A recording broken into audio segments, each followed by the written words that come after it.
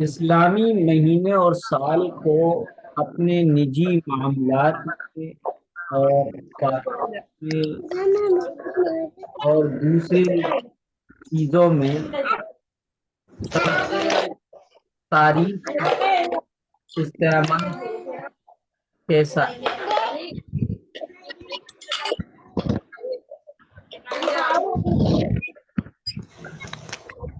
اور اس کے علاوہ انگریزی مہینے انگریزی تاریخ کا رواج ہوتا ہے وہ کس قدر صحیح ہے؟ تو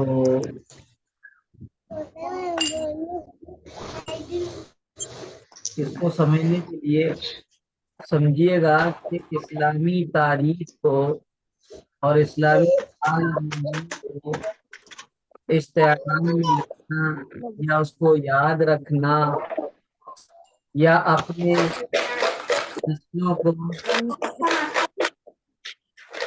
اس کا حکم کیا ہے، جب آپ اس کا حکم جان لیں گے تو انشاءاللہ آپ کو سمجھ میں بھی آ جائے گا۔ اور اس کو سمجھیے گا کہ اسلامی اور ہجری اور اسلامی دونوں ایک ہی بات ہے۔ اسلامی اور ہجری مہینے اور سال کی باقی رکھنا سب مسلمانوں پر ایک مذہبی ذمہ داری ہے، یعنی کہ مذہبی فرض ہے، اور یہ فرض کفایہ ہے۔ فرض کفایہ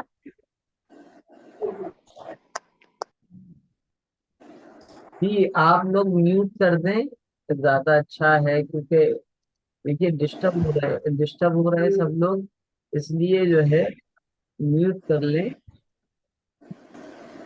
اور خاموشی سے کلاس کو سنا جائے، جو سنجیدہ ماحول ہے اس کو بنایا جائے، ورنہ ایسا نہ ہو کہ خود بھی نہیں سیکھا تو دوسروں کو بھی کوشش نہیں کرنے دی اور دوسروں کو بھی نہیں سیکھنے دیا۔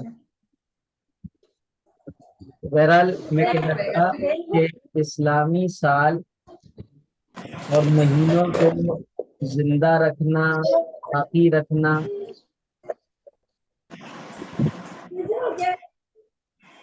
یہ جو ہے سب مسلمانوں پر فرض کفایہ ہے۔ وہ مسلمان کہیں کے بھی نہیں، ان سب کو چاہیے کہ وہ اسلامی سال اور مہینوں کو جو باقی رکھیں، اس کو یاد رکھیں، اس کو اپنے چلن میں لے کر آئیں، اپنے چلن میں لائیں۔ یہ فرض کفایہ ہے، اور فرض کفایہ اس عمل کو کہتے ہیں جس کو کوئی یا چند افراد اس پر عمل کر لیں تو سب کی طرف سے ادا ہو جائے، اور کوئی بھی اس پر عمل نہ کرے تو سب کے سب گناہ گار۔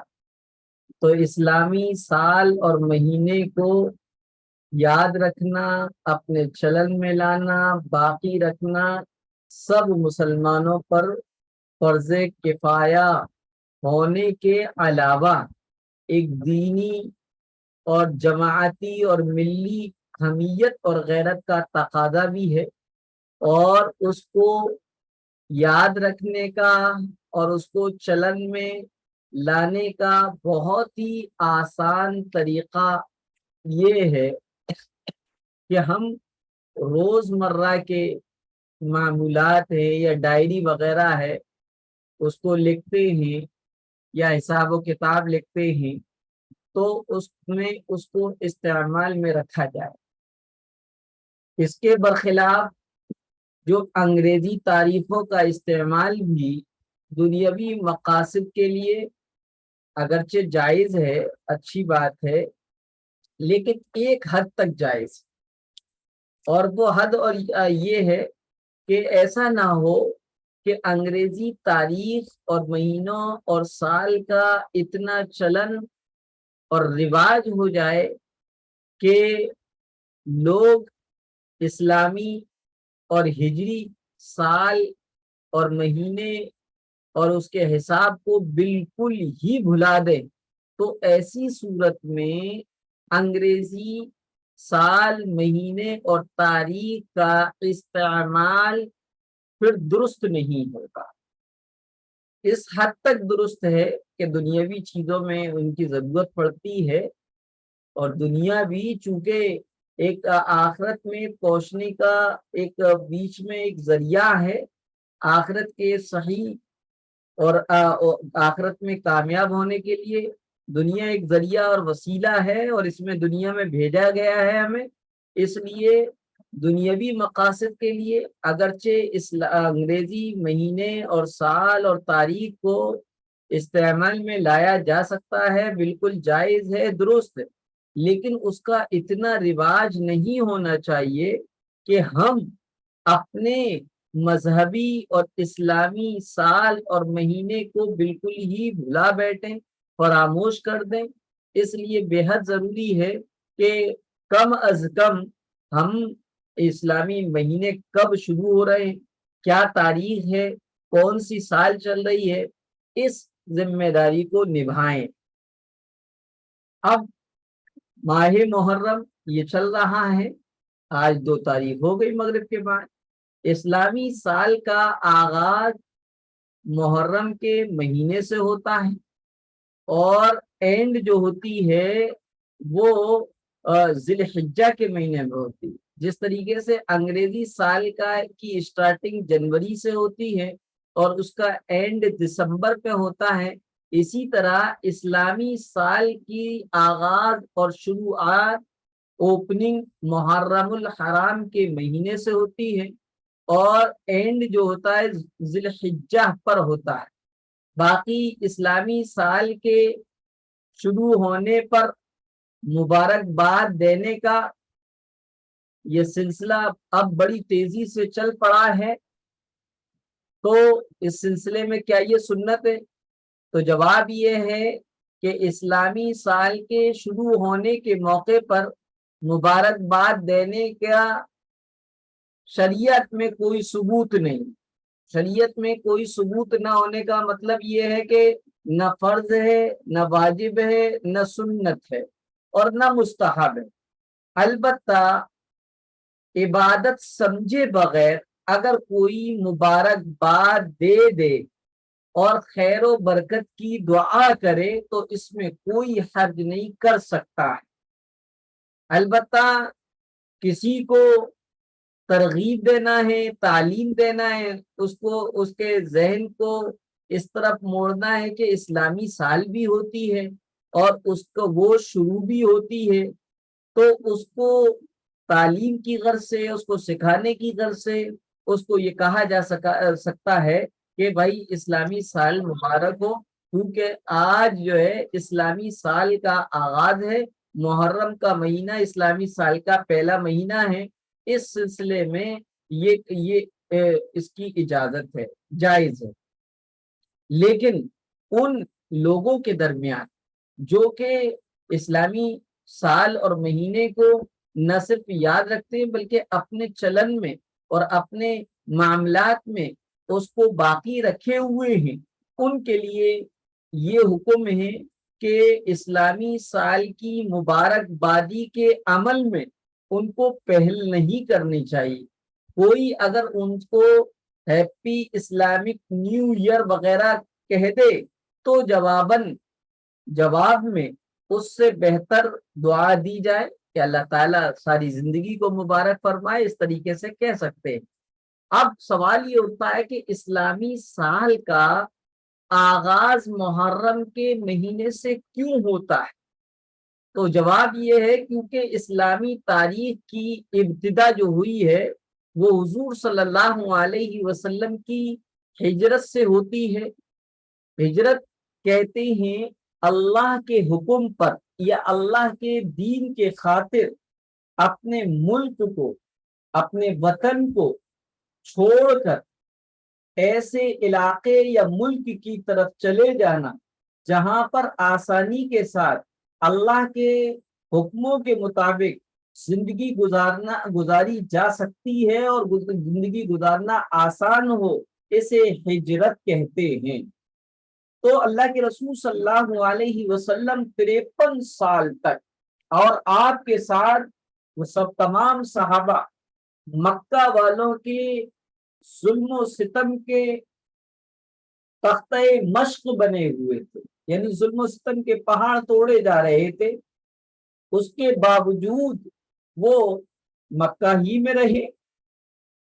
لیکن جب اللہ کی طرف سے حکم آیا اور اللہ کے رسول صلی اللہ علیہ وسلم نے صحاباؤں کو حکم دیا کہ وہ مکہ چھوڑ کر کسی بھی ملک میں جا سکتے ہیں، چنانچہ سب سے پہلا وفد جو ہجرت کے لیے مسلمانوں کا گیا تو وہ تھا حضرت عثمان غنی رضی اللہ تعالیٰ عنہ کی سربراہی میں، یا حضرت جعفر کی حضرت جعفر رضی اللہ تعالیٰ عنہ کی امارت میں، یا ان کی امیری میں، یا ان کی سرپرستی میں جانے والا وفد تھا جو ملک حبشہ گیا، اس نے سب سے پہلے اور پھر اس کے بعد اللہ کے رسول صلی اللہ علیہ وسلم کو بھی حکم ہوا اور آپ نے دین اسلام کی خاطر اپنے وطن مکہ کو خیر آباد کہہ کر مدینے کو اپنی جائے مسکن بنا لیا، اس کو ہجرت کہتے۔ تو چونکہ اسلامی تاریخ کی ابتدا حضور صلی اللہ علیہ وسلم کی ہجرت سے ہوتی ہے، اور یہی وجہ ہے کہ اسلامی سال کو ہجری سال کہتے، انگریزی سال کو عیسوی سال کہتے، انگریزی سال کو عیسوی کہتے ہیں۔ آپ نے دیکھا ہوگا ہلکا سا عین لکھا ہوتا ہے، یہ اس بات کی علامت ہوتی ہے کہ یہ جو ہے عیسوی ہے۔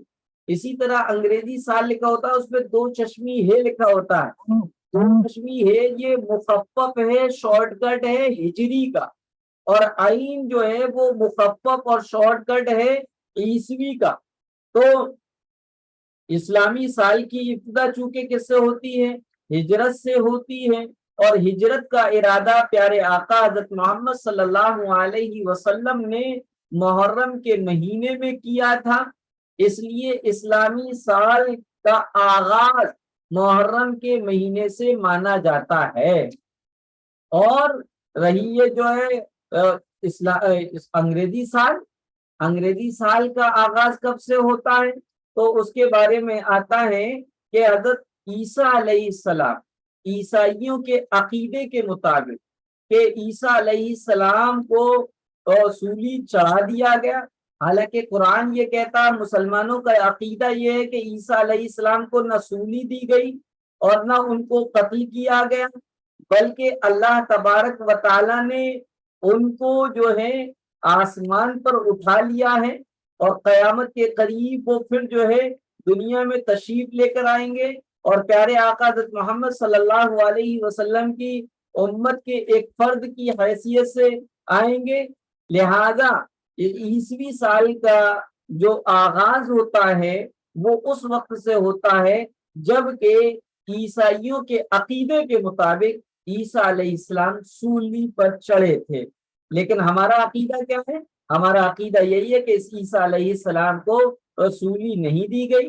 قرآن کریم میں فرمایا وَمَا قَتَلُوهُ وَمَا صَلَبُوهُ، نہ ان کو قتل کیا گیا اور نہ ان کو سولی دی گئی، بلکہ اللہ تعالیٰ نے ان کو آسمان پر اٹھا لیا ہے۔ تو بہرحال اسلامی سال کی ابتدا جو ہوئی ہے وہ ہجرت سے ہوئی ہے، اور ہجرت کا ارادہ اللہ کے رسول نے محرم میں کیا تھا، اس لیے اسلامی سال کا پہلا مہینہ محرم کو مانا گیا۔ محرم کے کیا معنی ہیں؟ محرم کے معنی قابل عظمت اور قابل عزت، قابل احترام کے آتے، جس کو اردو میں معظم اور محترم کہتے ہیں۔ محترم کے معنی قابل احترام اور معظم کے معنی قابل عظمت، بڑائی والا۔ چونکہ یہ مہینہ بھی عظمت و احترام اور فضیلت والا مہینہ ہے، اس لیے اس مہینے کو محرم کا مہینہ کہا جاتا ہے۔ محرم کے بہت سارے فضائل ہیں قرآن کریم میں اور احادیث میں ہیں۔ قرآن کریم میں ایک آیت ہے، ان عدت الشہور عند اللہ اثنا عشر شہرا فی کتاب اللہ یوم خلق السماوات والارض منہا اربعۃ حرم۔ یہ جو ہے سورہ توبہ، جسے سورہ براءت بھی کہتے ہیں، جس کے شروع میں بسم اللہ نہیں لکھی ہے، اس کی آیت نمبر 36 ہے۔ اس کا ترجمہ یہ ہے کہ حقیقت یہ ہے کہ اللہ کے نزدیک مہینوں کی گنتی 12 مہینے ہیں، جو اللہ کی کتاب یعنی لوح محفوظ کے مطابق اس دن سے لاگو ہوتی چلی آ رہی ہے جس دن اللہ تعالیٰ نے آسمانوں اور زمینوں کو پیدا کیا تھا۔ ان 12 مہینوں میں سے 4 مہینے حرمت والے ہیں۔ حضور صلی اللہ علیہ وسلم نے فرمایا 4 حرمت والے مہینوں میں سے 3 مہینے مسلسل اور کنٹینیو ہیں، یعنی ذی قعدہ 11واں مہینہ، ذی الحجہ 12واں مہینہ اور محرم پہلا مہینہ، اور ایک رجب کا مہینہ ہے جو کہ جمادی الاخر اور شعبان کے درمیان آتا ہے۔ تو اس سے معلوم ہوا کہ محرم کا مہینہ عظمت اور حرمت والا مہینہ ہے۔ ایک حدیث میں محرم کے مہینے کی عظمت کو اور اس کی فضیلت کو بتلانے اور ظاہر کرنے کے لیے پیارے آقا حضرت محمد صلی اللہ علیہ وسلم نے محرم کو اللہ کا مہینہ فرمایا ہے، اور جس کی نسبت اللہ کی طرف کر دی جائے وہ قابل احترام ہو جاتا ہے۔ محرم کو فرمایا محرم شہر اللہ، شہر کے معنی عربک میں مہینے کے آتے ہیں۔ محرم شہر اللہ، محرم اللہ کا مہینہ ہے۔ محرم کے مہینے میں بہت سارے تاریخی واقعات ہوئے، چنانچہ محرم کے مہینے میں بہت سارے واقعات میں سے کچھ جنگیں ہوئی ہیں، کچھ غزوات ہوئے۔ پیارے آقا حضرت محمد صلی اللہ علیہ وسلم نے جو جنگیں لڑی ہیں یا لڑنے کے لیے بھیجا ہے ان کو غزوہ اور سریہ کہتے ہیں۔ کل جو ہے غزوہ اس لڑائی کو کہتے ہیں جس میں پیارے آقا حضرت محمد صلی اللہ علیہ وسلم خود شامل ہوئے ہوں، اس کو غزوہ کہتے ہیں۔ اور اسلامی تاریخ میں کل غزوات 27 اور ایسے لشکر جو آپ نے روانہ کیے، آپ اس میں شریک نہیں ہوئے، ان کو سریہ کہتے ہیں۔ اور کل اسلامی تاریخ کے کل سریے جو ہیں وہ ہیں 47 ہیں۔ لیکن میں یہاں پر یہ بتا دوں کہ اسلام طالبان کے ذریعے سے نہیں پھیلا ہے، بلکہ پیارے آقا حضرت محمد صلی اللہ علیہ وسلم کا اصول یہ تھا، پہلے آپ ملک کے بادشاہوں اور سربراہوں کو خط لکھا کرتے تھے، اور خط میں ان کو ایک اللہ کو ماننے کی دعوت دیتے تھے، اور کہتے تھے، اور اس خط کا مضمون اور ٹاپک یہ ہوتا تھا، اس کا پورا خلاصہ یہ ہوتا تھا کہ میں محمد اللہ کا رسول آپ کو دعوت دیتا ہوں کہ آپ ایک اللہ کو ماننے والے بن جائیں جس نے ہم سب کو پیدا کیا ہے۔ اگر آپ اللہ کو ایک مان لیتے ہیں اور مجھے رسول مان لیتے ہیں تو آپ ہمارے بھائی بن جائیں گے، اور اگر آپ کو یہ منظور نہیں ہے تو دوسرا پوائنٹ یہ تھا کہ ٹھیک ہے آپ اپنے مذہب پر رہیے گا، آپ جو کر رہے ہیں وہ کرتے رہیے گا، لیکن ہمارے ماتحت اور انڈر میں رہیے گا، اسلامک اسٹیٹ کے اندر رہ کر ہمیں ٹیکس دیجیے گا، اسے جزیہ بھی کہتے ہیں۔ اگر یہ بھی منظور نہیں ہے تو تیسرا پوائنٹ تھا کہ اب آپ لڑائی کی خوب تیاری کر لیجیے گا، ہم آ رہے ہیں، جو جیتے گا وہی فتح یاب اور کامیاب کہلائے گا۔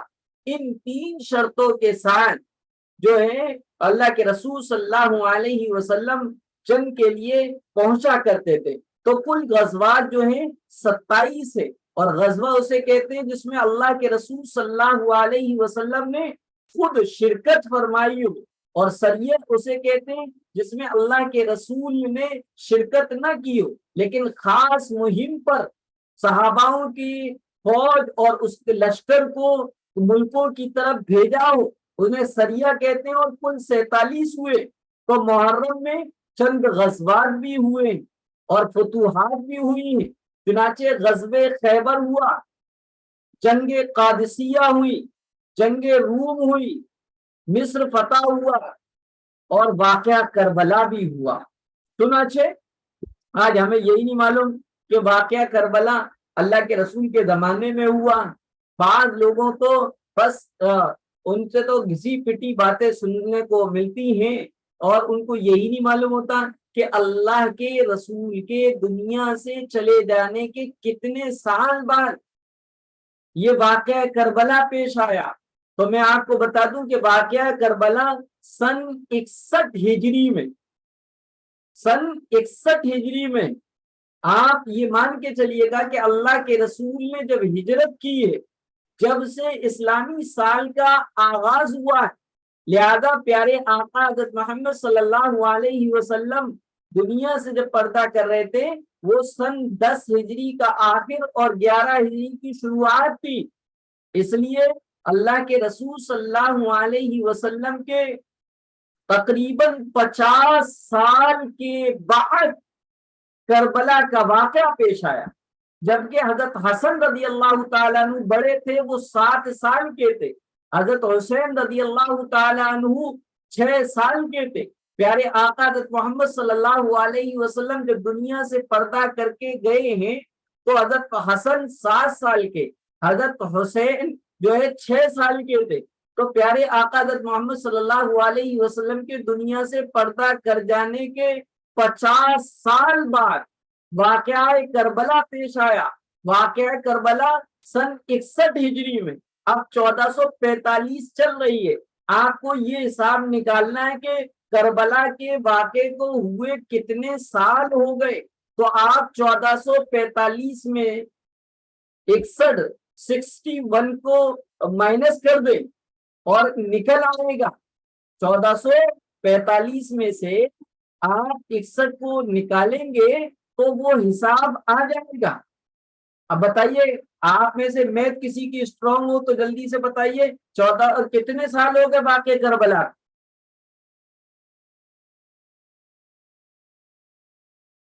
1445 میں سے مائنس کرنا ہے آپ کو، 61 کو مائنس کرنا ہے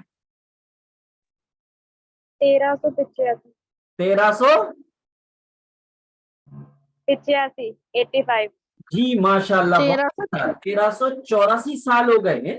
اگر یہیں پر بہت آسان اور بہت ہی مشکل سمجھا جانے والا آپ کو یہ نکالنا ہے کہ پیارے آقا حضرت محمد صلی اللہ علیہ وسلم کو دنیا سے پردہ کیے ہوئے کتنے سال ہو گئے، تو 1445 چل رہا ہے، اس میں سے آپ 11 نکال دیجئے، کتنے بچے؟ کیونکہ 11 ہجری میں پیارے آقا کی وفات ہوئی اور پیارے آقا پردہ کر کے گئے 1434۔ آپ کو یہ حساب نکالنا ہے کہ اللہ کے رسول کو دنیا میں آئے ہوئے کتنے سال ہو گئے، تو 1445 میں آپ 53، کیونکہ پیارے آقا نے 53 سال کی آپ کی عمر مبارک تھی جب آپ نے ہجرت کی تھی، تو ہجرت سے 1445 میں آپ 53 کو اور بڑھا دیں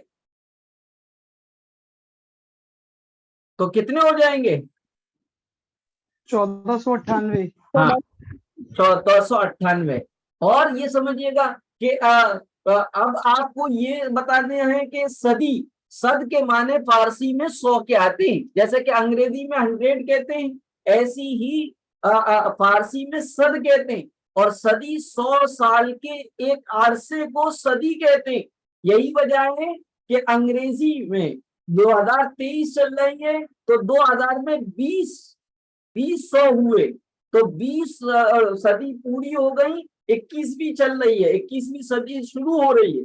بعض لوگ یہ کہتے ہیں کہ 21ویں صدی کا کوئی حوالہ نہیں ہے، اب کچھ بھی ہو سکتا ہے، تو حوالہ تو کچھ بھی نہیں ہے۔ اللہ کے رسول نے تو یہ فرمایا کہ میں اور قیامت اس طریقے سے آئیں، بہرحال دنیا کی کتنی ہی لمبی عمر ہو، آخرت کے مقابلے میں یہ انتہائی جو ہے کم ہے۔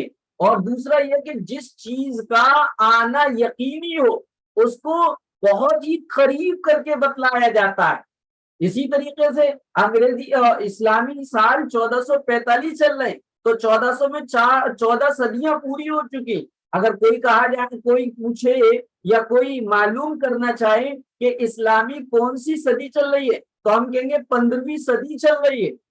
اور انگریزی کون سی صدی چل رہی ہے؟ 21ویں صدی چل رہی ہے۔ بہرحال تو اسی طرح محرم کے اندر جو واقعات بے شمار ہوئے ہیں، محرم میں جو ہے جنگیں ہوئی ہیں، غزوات ہوئے ہیں۔ غزوہ خیبر سب سے بڑا غزوہ ہے، جنگ قادسیہ بہت ہے، لیکن عموماً واقع کربلا کی وجہ سے اس مہینے کو لوگ سمجھتے ہیں۔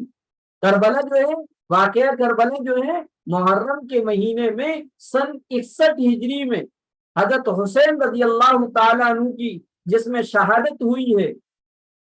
دراصل عراق کے لوگوں نے یزید کی گناہ اور اس کا فسق و فجور اور عیاشیاں اور اس کی کیا بے راہ روی اور ظلم و ستم اور اس کی شراب نوشی سے تنگ آ کر حضرت حسین رضی اللہ تعالیٰ عنہ کو اپنی حمایت کے خط اور لیٹر لکھے اور ان کی طرف وفد بھیجے۔ وفد کہتے ہیں کچھ لوگوں کو کوئی پیغام یا کوئی سفارش لے کر کسی بڑے آدمی کے پاس بھیجا جائے۔ چنانچہ اہل عراق نے کئی وفد بھیجے، بہت سارے لیٹر لکھے اور اس میں یہ کہا کہ ہم آپ کی حمایت کریں گے، ہم آپ کے ہاتھ پر بیعت کریں گے، یزید سے ہم چھٹکارا حاصل کرنا چاہتے ہیں۔ لیکن جب حضرت حسین رضی اللہ تعالیٰ عنہ کوفہ کے اتنے اصرار اور عراق والوں کے اتنے اصرار کے باوجود وہ گئے، بہت سارے صحاباؤں نے روکا اور یہ کہا کہ کوفہ والے آپ کے ساتھ مخلص نہیں ہیں، آپ کے والد کے ساتھ بھی انہوں نے دھوکہ کیا ہے۔ لیکن حضرت حسین رضی اللہ تعالیٰ عنہ جو ہے کسی کی نہیں سنی، اور حضرت حسین رضی اللہ تعالیٰ عنہ وہاں سے مدینے سے نانا جان کے روضے پر حاضری دے کر وہاں وہ عراق یعنی پہنچے ہیں، تو انہوں نے سب چیزوں سے انکار کر دیا۔ حضرت حسین نے وہ خط دکھائے، وہ لیٹر دکھائے، لیکن انہوں نے انکار کر دیا۔ حضرت حسین رضی اللہ تعالیٰ عنہ کی مخالفت شروع کر دی، اور یزید کی فوج کے جو کمانڈر تھے ان کے ساتھ کوفہ سے باہر نکل کر کربلا کے مقام پر حضرت حسین اور ان کے ساتھیوں کو بڑی بے رحمی اور بے دردی سے شہید کر دیا، اور سب کے سر کاٹ کر یزید کی طرف سے کوفہ کے گورنر ابن زیاد کے سامنے پیش کیے۔ بہرحال یہ جو ہے پورا واقعہ یہی محرم کا ہوا، اور بھی واقعات ہوئے۔ تو اب واقع کربلا کا مختصراً بتایا جائے اور بڑی تفصیل سے بتایا جائے تو کافی چیزیں آئیں گی، اس لیے واقع کربلا کو لاسٹ میں بتائیں گے۔ ابھی تو بس وہ اختصار کے ساتھ بتا دیا۔ اب اس محرم میں، یہ محرم کے پورے عشرے میں ہمیں کیا کیا عمل کرنا ہے یہ سمجھنا ہے۔ پہلا عمل تو آپ لوگوں نے الحمدللہ کیا ہوگا، محرم میں کیے جانے والے اعمال کا اہتمام جو تھا اس میں سے ایک تھا محرم کا چاند دیکھ کر مسنون دعا پڑھنا۔ یقیناً آپ نے محرم کا چاند آپ میں سے کسی نے دیکھا ہوگا اور اس کو دیکھ بھی گیا ہوگا، لیکن چونکہ بارش کا موسم چل رہا ہے بہت سے علاقوں میں جو دیکھنے کے باوجود نہیں دیکھا، خود میں بھی چھت پر چڑھا دیکھنے کے لیے، مجھے نہیں دیکھا، لیکن ہمارے شہر میں دوسرے لوگوں کو دیکھ گیا۔ بہرحال محرم کا چاند دیکھنا، اور یہ محرم کا چاند نہیں بلکہ ہر مہینے کا چاند دیکھا جائے اور چاند دیکھ کر دعا مانگی جائے، دعا مانگ قبولیت دعا کی گئی ہے۔ محرم کا چاند دیکھ کر چاند دیکھنے کی جو دعا حدیث شریف میں آئی ہے اس کو پڑھا جائے. اگر وہ دعا یاد نہیں ہے تو اپنے الفاظ میں دعا مانگی جائے. وہ دعا کیا ہے؟ اللہم اہلہ علینا بالیمن والایمان والسلامت والاسلام. اللہ ربی وربک اللہ، ربی وربک اللہ. اللہ کہ اے اللہ تو اسے امن اور سلامتی اور ایمان اور اسلام کے والا بنا دے. اے چاند تیرا اور میرا رب اللہ ہے. یہ اس کا جو ہے ترجمہ. تو پہلا عمل تو یقیناً کر لیا ہے. دوسرا عمل نوافل کی کثرت اور فرائض کا اہتمام اور گناہوں سے خوب بچنے کی فکر کی جائے، کیونکہ یہ مہینہ حرمت والا ہے. محرم عظمت اور فضیلت والا مہینہ ہے، اور عظمت اور فضیلت والے مہینوں میں عبادت کا ثواب زیادہ ملتا ہے. ایسے ہی محرم کا مہینہ احترام والا مہینہ ہے، اور احترام کا تقاضا یہ ہے کہ اس مہینے میں گناہوں سے بچنے کا خصوصی اہتمام کیا جائے. اسی طرح حرمت والے مہینوں کا خاصہ یہ ہے کہ ان میں جو شخص کوئی عبادت کرتا ہے اس کو باقی مہینوں میں عبادت کی توفیق اور ہمت ہو جاتی ہے اس کی برکت سے. اسی طرح جو کوئی بھی کوشش کر کے ان مہینوں میں، حرمت والے مہینوں میں اپنے آپ کو گناہوں سے اور برے کاموں سے بچا لے تو باقی سارے سال اس کو برائیوں سے بچنا اللہ آسان فرما دیتا ہے. محرم کے مہینے میں روزے رکھنے چاہیے. نوافل میں سے کیا ہے، نوافل کی کثرت ہو، لیکن اس میں کیا ہے روزہ بھی ہے. روزے رکھنا، ماہ محرم کے روزے کی فضیلت کیا ہے؟ محرم کے مہینے کی روزے کی فضیلت حضور صلی اللہ علیہ وسلم نے فرمایا رمضان کے روزوں کے بعد سب سے افضل روزے اللہ کے مہینے محرم کے روزے. اور تاریخی اعتبار سے پتہ چلتا ہے کہ محرم کے مہینے وہ رمضان کے روزے فرض ہونے سے پہلے محرم کی 10ویں تاریخ کے روزہ رکھنا مسلمانوں پر فرض تھا. جب محرم کے مہینے کے روزے فرض ہو گئے تو وہ رمضان کے مہینے کے روزے فرض ہو گئے تو محرم کے روزے کی فضیلت کو ختم کر دیا گیا. لیکن پیارے آقا نے یہ فرمایا کہ رمضان کے روزوں کے بعد سب سے افضل روزے اللہ کے مہینے یعنی محرم کے روزے ہیں. اس کی وجہ کیا ہے؟